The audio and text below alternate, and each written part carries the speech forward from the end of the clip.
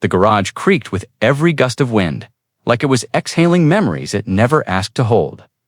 Mason sat hunched over a busted toy train, its wheels long divorced from motion.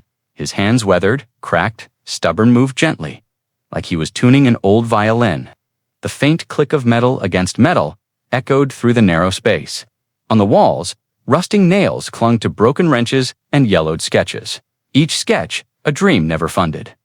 The radio whispered static, then a burst of old jazz. Mason didn't flinch. He just reached over and twisted the dial off. Silence suited him better. A small cough broke the hush.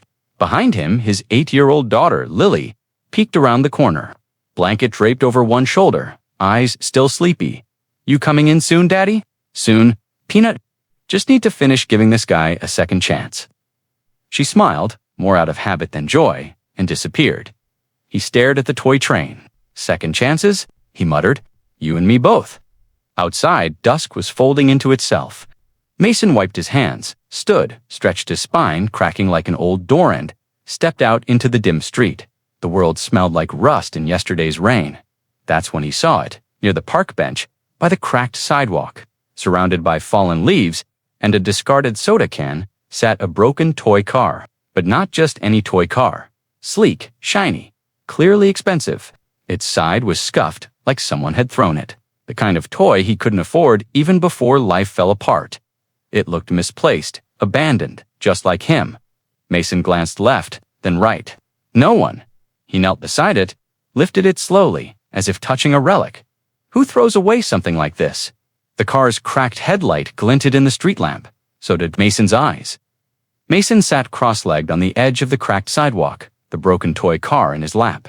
His fingers moved with quiet rhythm, unscrewing, brushing away dirt, rewiring. He didn't have tools on him, just a pocket knife and the instinct of a man who'd fixed more things than he'd ever been paid for. A shadow stretched over him. Dead. The voice was small, soft. Mason looked up. A boy stood there, no older than 7, in a button-up shirt and dress shoes to clean for this neighborhood. His lip trembled as he stared at the car. Mason smiled gently. Not dead. Just sleeping wrong. The boy sat beside him without asking. "It was mine. I dropped it and..." She said it was trash. He pointed toward a woman standing by a sleek black SUV. Scrolling her phone, not watching, she said, "I broke everything I touch." Mason's jaw tightened. He looked at the boy, this little heart in designer shoes, and nodded. "Well, I think it still wants to drive." "Really? Want to help me wake it up?" The boy nodded, eyes wide. Together, they opened the hood. Mason guided his hands. The boy giggled when a loose wheel popped back into place. 10 minutes later, the car buzzed to life. The boy gasped. "You fixed it. Better than new." Behind them, the nanny finally noticed. She hurried over, clearly irritated. "Sir, thank you, but you didn't need to, ... She pulled a crumpled dollar from her bag, held it out awkwardly. "Here." Mason looked at the dollar. Then at the boy's smile, he shook his head. "He already paid me." The nanny scoffed and walked off. The boy waved. "Bye, Mr. Mason watched them drive away, the car still in the boy's hands. He stood slowly and limped home. The apartment smelled like boiled cabbage and fading dreams. Mason eased the door shut behind him, careful not to let the creak wake the silence. Lily sat at their second-hand table, hunched over a coloring book, legs swinging beneath her chair. A pot of instant noodles steamed between them like a centerpiece they'd never asked for. "You're late," she said without looking up. He smiled, placing a small red box beside her plate. "What's this?" She opened it. Inside was a toy car, refurbished, repainted, glossy now. The front bumper still had a scar that no polish could hide. "It's not new," he said, sitting down. Lily's eyes lit up anyway. "It's better." She pushed her noodles aside and began rolling the car back and forth, her fingers dancing in rhythm. "You always fix things, Daddy," he stirred his bowl. "I try." The wind rattled their window. Mason looked at his daughter, her oversized sweatshirt, the Band-Aid holding her broken glasses together. She looked nothing like the privileged kids in the park, but she laughed with more heart. "I saw a real Lamborghini once," she said, "like in a video." "Oh yeah. But I think this one's cooler." Her words hit him harder than he expected. Later that night, Lily curled under her blanket, clutching the toy car like it was treasure. Mason stood by the window, watching the glow from nearby apartments, worlds stacked on top of each other. "Then, Daddy," she shouted. He rushed to her side. She pointed to her tablet there in a viral video. Was the rich boy from the park, holding the very same toy car Mason had fixed. The caption read, "This man fixed it better than the company who made it." Mason's face, though shadowed, was unmistakable. He stared. Frozen. Mason was beneath the hood of an old push scooter, sweat trickling down his neck despite the morning chill. His garage door remained open just enough to catch sunlight and maybe a breeze. If luck visited. Then came the knock, not on the garage door, but on the sidewall, firm, polite, out of place. He stood slowly, wiping grease from his palms with a torn cloth. She stood there, early 30s, sleek, gray blazer, sunglasses still on, holding a leather portfolio. Everything about her said, "Not from this side of town." "Mr. Mason Clark?" she asked, voice smooth, trained. "Depends," he said carefully. "You selling something?" She stepped forward. "Actually, we're interested in what you're fixing." He raised an eyebrow. "The car?" she clarified. "The toy car. It made its way across our desk." He tensed. "Wasn't mine. Just repaired it. That's exactly why we're here." She opened her folder, revealing high-res screenshots of the viral video. Heim crouched on the sidewalk, working, focused. A moment never meant to be captured. "My name is Audrey Vance. I work with Valortech Toys. Our CEO would like to speak with you." Mason scoffed, unconvinced. "About what?" "Your hands," she said, glancing at them. "And your mind?" She extended a business card. Silver embossed, clean, corporate. He didn't take it. "I'm not looking for trouble." Audrey tilted her head. "Neither are we. Just ideas." She set the card on the workbench, carefully avoiding the grease. Then turned to leave. Mason watched her disappear into a town. Car that didn't belong here. He looked down at the card. It read, Valortech Innovation Division Audrey. Vance Strategic DVLOPMINT on the back, handwritten. Sometimes the best minds are found in the quietest places. He didn't move, but the air around him shifted. The Valortech building stood like a monument, glass and steel, slicing the sky. A different universe from Mason's peeling garage. He stared up at it from the curb, wearing his cleanest shirt, still faded at the collar. Lily had pressed it that morning, whispering, "You look like a scientist." Security scanned his ID like he didn't belong. He DID in single quotes. Audrey met him in the lobby with a nod. "Thanks for coming, Mr. Clark. The CEO's not available today, but the lab team is eager to meet you." Mason followed her through sleek corridors, past people in lab coats and corporate chic. Glass doors opened into a room bursting with color shelves of prototypes, models, mid-construction, toys that blinked and chirped. "This is our innovation wing," Audrey said. "We develop next-gen concepts here." One of the engineers waved Mason over. "Hey, you're the guy from the sidewalk video." Mason gave a modest nod. The engineer slid over a disassembled model. "Think you can spot what's wrong with this mechanism?" Mason leaned in. No manual, just instinct. He twisted the internal spring, shifted the axle. A small motor whirred to life. The team clapped lightly. Audrey smiled. "Our systems miss things. You listen to what's broken." Mason exhaled, surprised by the feeling growing in his chest, not pride permission. Later, as he stood in the hallway, Audrey offered a folder. "Unless you want more." He opened it. The number inside made him blink. He looked through the glass at shelves full of toys worth more than his car. He looked down at his calloused hands. "Just one job. For now," she said. He nodded once and stepped forward.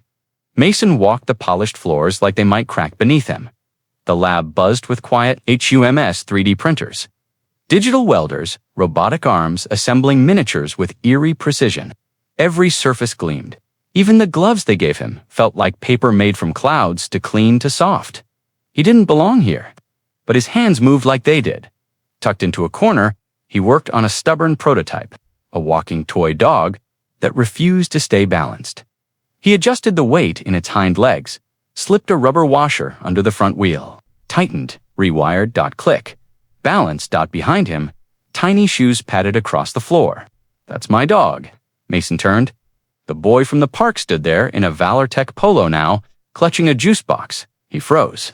"You," the boy smiled. "You fixed my car." Before Mason could speak, a deeper voice cut in. "Ethan, come here." A tall man in a tailored suit approached. Sharp jawline, ice blue tie. The CEO, Dad, this is the man, the one who fixed it better than the factory. Mason stood slowly. Their eyes met. The CEO's expression flickered recognition. Annoyance, calculation, that's so. He muttered, glancing at Mason like he was part of the furniture. Mason just nodded. Glad he still enjoys it. Ethan tugged his dad's hand. "Can he fix my dog too?" The CEO's jaw tightened. "We have engineers for that." But they couldn't fix the car. Mason didn't speak. He didn't have to. The boy had already made the comparison and the contrast. A silence lingered, the kind that shifts power without a word. The storm rolled in slowly that night, dragging its thunder-like regret across the rooftops, back in his garage. Mason sat at his old bench against same cracked lamp, same rusted tools. But tonight, something different stirred in him. Not noise, not pride, possibility. He pulled out a faded notebook, its edges curled from years of sweat and hope. Pages were filled with half-sketched ideas, dreams on hold, and there, buried near the middle, was something new, a self-repairing toy schematic, a design he'd been refining in his mind for years. He set to work with mechanical pencils and gentle hands. He drew the blueprint from memory wheels that adjusted their balance, internal sensors that detected imbalance, an intuitive spring recoil system, simpler than fancy AI, but smarter than mass production ever dared. It wasn't flashy, it was human. By morning, his fingers were cramped and eyes raw, but the blueprint was done, honest, raw, brilliant. At Valortech the next day, he returned for a quiet follow-up. He didn't mention the drawing, didn't speak of potential, but while no one was looking, Mason slipped the folded blueprint beneath a pile of prototypes on a cluttered desk, no label, no name, just a whisper into the system. A week passed, then one evening, in a quiet design room, a junior engineer named Carla found it. She stared at the lines, the physics, the elegance. "This isn't on any patent file," she murmured. She carried it, hands trembling all the way to the top floor, where the CEO sat alone. Reviewing performance charts, Carla placed the sketch in front of him. "No one signed it," she said, "but I think we found something rare." The CEO stared at the paper and said nothing, but his fingers tightened on the edge. Mason was tightening the axle on a prototype train when the lab door opened with a thud. The sound alone told him it wasn't good. "News, Mason Clark. Come with me." The CEO's voice was cold, crisp, and final. No room for discussion.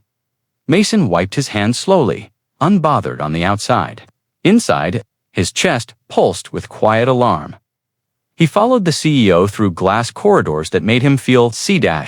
Through dot, they entered a corner office wrapped in skyline. No toys here, just dominance. The door closed behind them. "Sit," the CEO said. Mason remained standing. The CEO tapped the folded blueprint on his desk. "You left this in my lab." Mason didn't flinch. Didn't sign it. "No, but I know your lines. Crude pencil, pressure strokes, same as your repair notes." A pause. "It's good," the CEO admitted reluctantly. "Too good to be left on napkin paper in a hobbyist's shack." "I didn't know ideas needed gold frames," Mason replied calmly. The CEO narrowed his eyes. "What exactly are you after, Mr. Clark?" Mason stepped forward, voice steady. "Nothing. Just wanted to see it breathe. You understand, this belongs to us now. It was found on company property." Mason nodded once.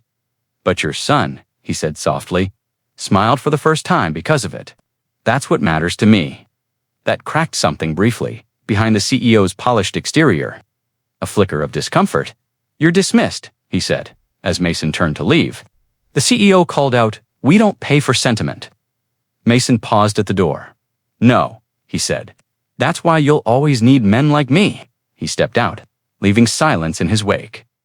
But behind the glass, the CEO stared at the blueprint like it was haunting him. The school nurse's voice trembled on the phone. "Mr. Clark, it's Lily. She collapsed during recess. She couldn't breathe." Mason didn't hear the rest. The wrench in his hand dropped. Clanging on the garage floor, he ran. By the time he reached the ER, the fluorescent lights had already drained the color from his day. Nurses rushed past, machines beeped in frantic rhythm. He spotted her through the window tiny frame, lost in a too-big bed. Oxygen mask strapped across her mouth, hair damp from fevered sweat. "Daddy," she whispered as he entered. "I'm here, Peanut." "I'm right here." Her fingers found his, cold, fragile. The doctor came in, clipboard in hand. "She's stable now. Acute asthma flare-up. But it's not the first, is it?" Mason nodded silently. "You can't keep managing this with just over-the-counter inhalers. She needs long-term treatment. Regular monitoring." "I know," Mason said. He didn't finish. Because what could he say? That choices were luxuries in his world. That insurance was a dream on a shelf he couldn't reach. Later that night, when Lily finally fell asleep beside a worry nebulizer, Mason stood alone outside the hospital. Rain had started soft. Relentless taught his reflection in the glass looked like a ghost. He pulled out Audrey's card and dialed the number. Her voice answered on the first ring. "Mr. Clark?" He didn't hesitate. "I need to talk to your CEO." There was silence. Then a reply. "I'll schedule something first thing in the morning." Mason hung up. No pride left, just a father's desperation. As he walked back in, he watched his daughter's sleep chest rising under plastic tubes and made a quiet vow.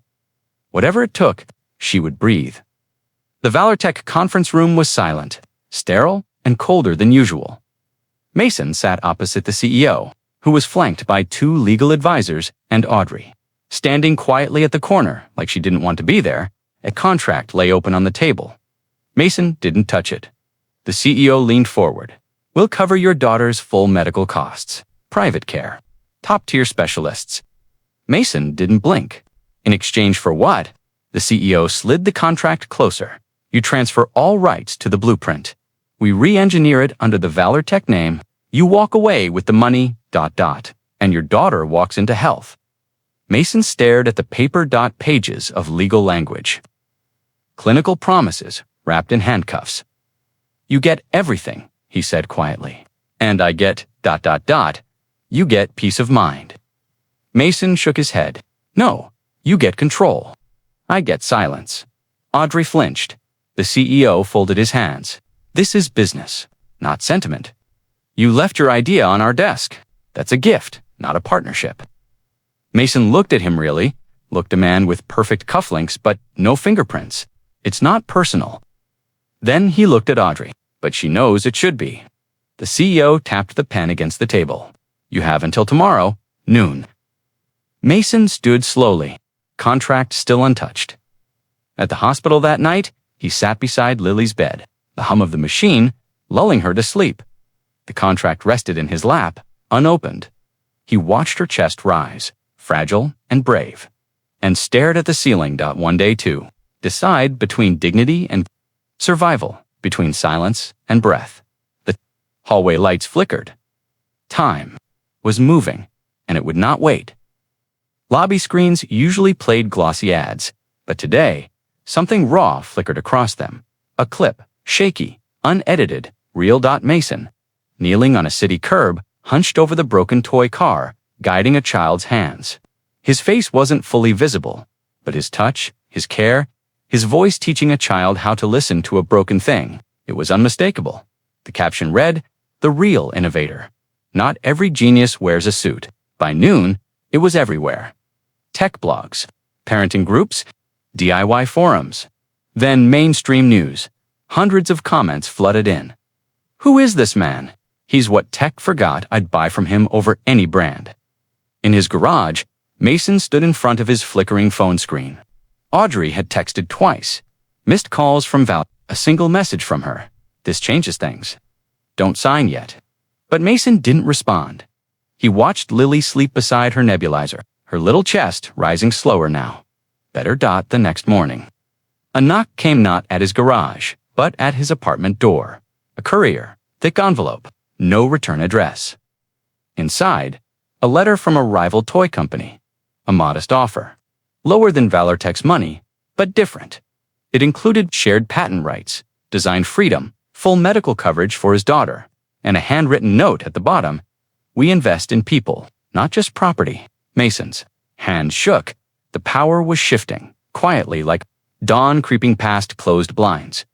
He looked down at Lily Dot, then at the two envelopes on the table, one soaked in control, one stitched in dignity. For the first time in years, Mason smiled, not wide, just enough. Because something was finally breaking in his favor. The Valor Tech auditorium shimmered with suits and screens. A sleek press event, polished. Scripted. Cameras flashed as the CEO stepped onto the stage. Today, he began, we honor innovation from every corner of society, whether from the lab or the streets. A polite chuckle rippled through the crowd. And in that spirit, we're proud to announce a new initiative, where minds like Mason Clark's can thrive under our brand. Applause. Mason stood in the wings, envelope in hand, jacket borrowed, knuckles white. Audrey approached. You don't have to, I do. She stepped aside. He walked to center stage. Greeted by the CEO's outstretched hand, Mason didn't take it. He reached for the mic instead. I came from a garage that leaks when it rains. I've fixed toys thrown away by kids who never knew their worth. But I never imagined I'd stand here.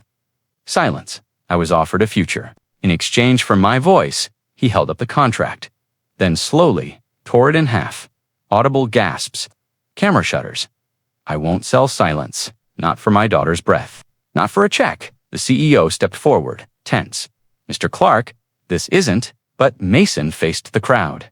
Innovation doesn't need a penthouse. Sometimes it grows in cracked hands, a murmur of applause, then teeny footsteps. Ethan, the CEO's son, rushed the stage. He hugged Mason's leg. You fixed my car. More cameras clicked. The CEO's face tightened. Audrey stood still, but her eyes wet. Mason bent to the boy's height. Thanks for remembering, kiddo. As the boy held him tighter, Mason looked up at the lights. For once, they weren't too bright. They were right where they belonged. The playground buzzed with laughter. Sneakers squeaking against blacktop, the sound of childhood echoing between brick walls. But near the swings, Lily stood alone. Her backpack hung low, her glasses slightly fogged. 3 kids circled her like storm clouds. My dad says your dad's just a garage guy, pretending to be smart. One boy sneered, another chimed in. He only got famous 'cause we felt sorry for him. Lily clutched the toy car Mason had given her. At least he made something real. A girl stepped forward, arms crossed. Yeah, well, your whole life is charity now. The words hit. Sharp, ugly. Lily's lip trembled. But she didn't look away. She took a deep breath. My dad built something from nothing, and fixed something your dads wouldn't even touch. He didn't ask for a handout. He asked for a chance. The crowd quieted. Footsteps approached. Ethan stepped into the circle. He looked at the girl, then the boys. My dad runs Val. But Mason fixed my car when no one else could. They blinked at him. Ethan turned to Lily. You have a dad who listens. Then he faced the others again. And maybe your dads should listen to him, too. Silence settled like snowfall. The bell rang. Kids scattered. But Lily stood taller. Later that afternoon, as Mason waited at the school gate, Lily ran into his arms. He held her tightly. Sensing the weight she was shedding without saying a word, what happened? He asked. She smiled softly. Nothing bad. He looked down. Her fingers were still gripping the little red car. And for the first time, she looked like she wasn't carrying it. It looked like it was carrying her. The old garage didn't change much. The rust still clung to the hinges. The roof still leaked when it rained. But now, people came anyway. A new wooden sign hung above the door. Clark's Toy Revival. Broken doesn't mean useless. Inside, Mason worked with a calm pride. Not rushed, not hidden, just steady. On the wall, shelves overflowed with toys in every stage of rebirths and waiting. Some halfway fixed, some already alive again. Kids from the neighborhood trickled in, sometimes just to watch. Parents brought old boxers, unsure. They always left smiling. Lily sat near the front desk after school, a small notebook in hand. Order forms, she called them. But mostly, she doodled. A tiny radio played jazz, soft enough to let the world speak. Mason adjusted the arm of a toy crane when the bell above the door jingled. A courier stood there, holding a black velvet box. Mason Clark. That's me. No signature needed. Just this. He handed it over and left Mason open the box slowly. Inside, lined with royal blue satin, was the toy car, the one he had fixed for Ethan. But now, it was gold-plated, elegant, refined, restored. But untouched, a small brass plate was fixed beneath it. Engraved words read, "To the man who fixed more than just a toy." Ethan Rhodes Mason stared at it. Not because it was gold, but because it hadn't been erased, not repackaged or claimed. It had been honored. He set it gently on the highest shelf, where light poured through the garage window. Lily walked over, eyes wide. "Is it real gold?" Mason smiled. "Real enough." Morning sun spilled through the garage window, catching the golden toy car like a spotlight on a silent stage. Customers paused when they saw it. Some asked questions. Mason only smiled. He never mentioned the story unless they really wanted to know that day. A little boy walked in, clutching a broken robot with one leg missing. His mother looked nervous tattoos on her arms, tired eyes. "We heard you don't throw things away," she said. Mason bent down to the boy's level. "Want to help me fix it?" The boy nodded, eyes wide, as they worked together. Mason glanced at the shelf where the golden car sat watching over them. Like a quiet witness, it had never been about the toy. It was about what it taught him and what it gave back. Lily passed him a wrench without looking. Their rhythm was seamless now. A knock came at the open garage door. Audrey She held a coffee in one hand and a crooked smile in the other. "So this is what rebellion looks like." He chuckled. "Less suits, more grease." She stepped inside, taking in the hum of life in the space. "You built more here than we ever could in glass towers." He shrugged. "I just fixed what I could." Her eyes settled on the golden car. I think that's reaching farther than you know." They stood in silence. Wind brushed the chimes outside. Mason looked at his daughter, scribbling dreams into her notebook. Then, back at the car, it didn't shine because of the gold dot. It shined because someone chose to remember. The garage was quiet. Not empty, just full of peace. Lily sat by the front window, sunlight warming her notebook. Her voice, soft and clear, carried into the stillness as she read aloud. "My dad doesn't wear a lab coat. He doesn't own a company. He doesn't have a title, unless you count fixer of everything." Mason, across the room, chuckled without looking up. He was repairing a wind-up ballerina missing one foot. Lily kept reading. A mix of story and speech, like she was preparing something bigger. "People said we were poor, but I always felt rich because I had a dad who could fix anything, except the system that forgot him." She looked up, but maybe he fixed that too. The radio played a soft instrumental tune, something hopeful. On the wall behind them hung a new photo. Mason, Lily, and a group of neighborhood kids holding toys they helped restore. Above it, etched into a wood plank, repaired with love. People came now not just for repairs, but for the story. Parents, kids, journalists, inventors. They didn't come to see a poor man's struggle. They came to witness a legacy built from grease and gold-less genius. As Lily packed up for the day, she paused at the shelf. Where the golden toy car rested, she adjusted it gently so the engraving faced outward. Mason flicked off the lights. The sun caught the car one last time before fading. And as the door clicked, shut behind them, the camera lingered on the toy still glowing. Eternal. Because some things don't need batteries to last forever. They just need to be remembered.